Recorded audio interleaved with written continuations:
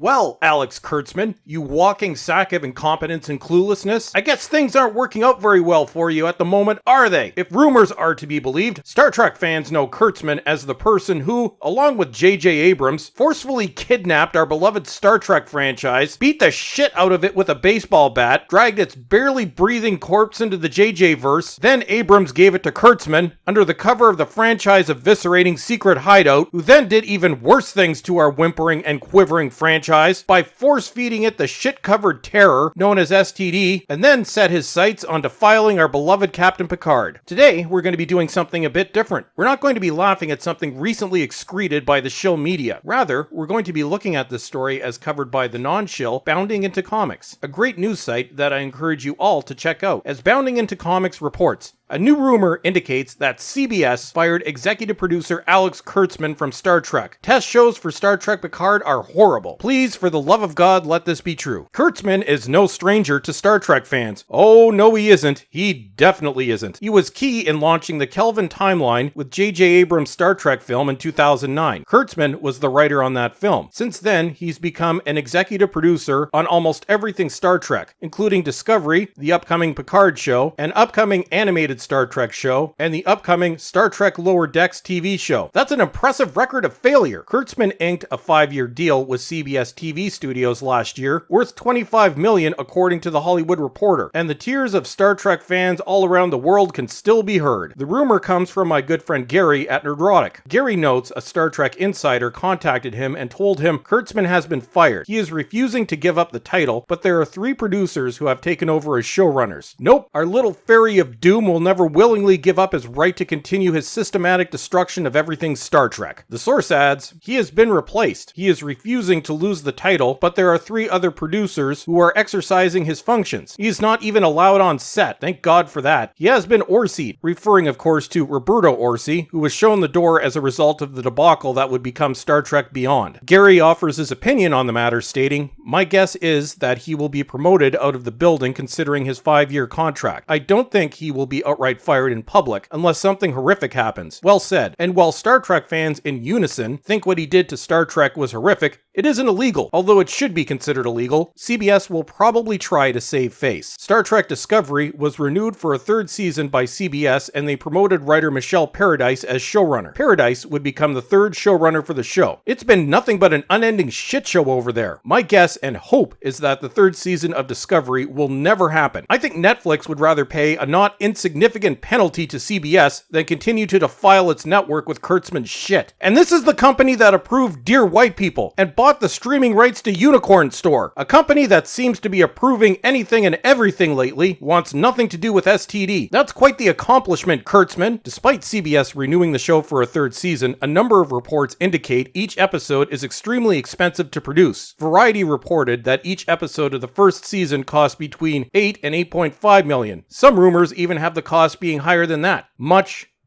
higher.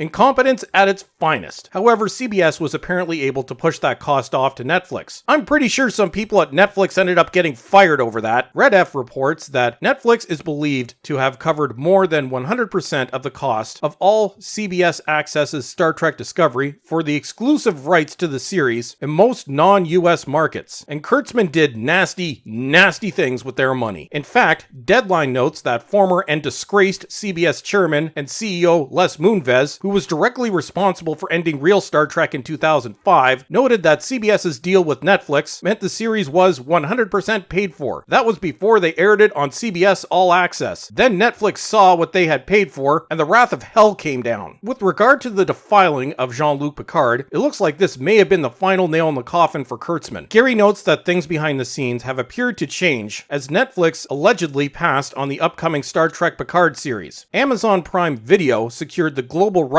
for the Star Trek Picard series. Let's be clear, Netflix passed on a series featuring one of the most beloved characters in history. If that doesn't say how pissed off they were with STD, then I don't know what does. Gary's insider notes, the show is not screening well. His insider tells him that the show has 75 to 80% negativity. The 20% who tested positive were people who labeled themselves Abrams fans. Wow. You really have to be trying to be a complete fuck-up to get a reaction that bad out of something featuring Sir Patrick Stewart. While still in rumor territory, it's difficult to argue that Kurtzman hasn't become a complete embarrassment to CBS. Their entire streaming service rested upon Kurtzman Trek, and I can't think of any scenario where things could have been worse. Even if Kurtzman has been fired and removed from fake Trek, I don't know if the damage he has done can ever be fully repaired. And that's it for today. Don't forget to subscribe and make sure you're still subscribed because YouTube is deleting subscribers, and follow me on Twitter. And as always, everyone, thank you for watching and have a great day.